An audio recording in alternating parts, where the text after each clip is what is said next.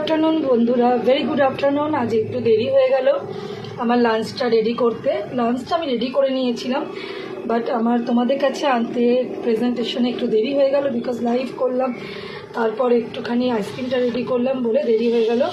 তো বন্ধুরা, এই দেখো আজকে আমার দুপুরের লাঞ্চ একদম সিম্পল একটা লাঞ্চ করেছি।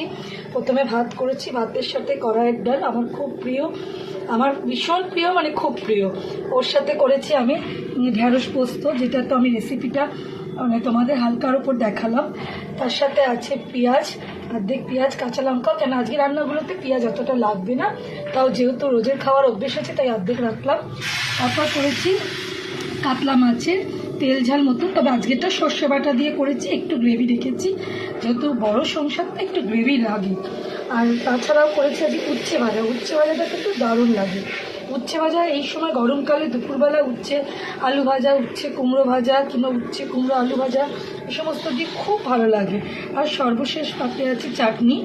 তো চাটনি ছাড়া তো গরমকালে ভালোই লাগবে না, শীত গ্রীষ্ম বর্ষা আমার বাড়িতে সব সময় চাটনি রেডি। তো এই হলো আজকে দুপুরে আমাদের খাওয়ার মেনু। প্রত্যেকটাই আমি নিজের হাতে বানাই, নিজের হাতে সাজাই, নিজের হাতে তোমাদের ভিডিও করে দেখাই, কেন এগুলো করতে, দেখাতে আর তোমাদের সাথে শেয়ার করতে আমার বন্ধুদের সাথে আমার প্রচণ্ড ভালো লাগে। তো এই মেনুটা আজকে দুপুরে কেমন লাগলো একটুখানি জানিও। ভালো লাগলে লাইক করো, কমেন্ট করো, শেয়ার করো, আর দিদির পাশে থাকো। তাহলে আজকের মতো টাটা। কালকে আবার দুপুরবেলা খাবার থালা নিয়ে তোমাদের সামনে হাজির হয়ে যাব। টাটা বন্ধুরা।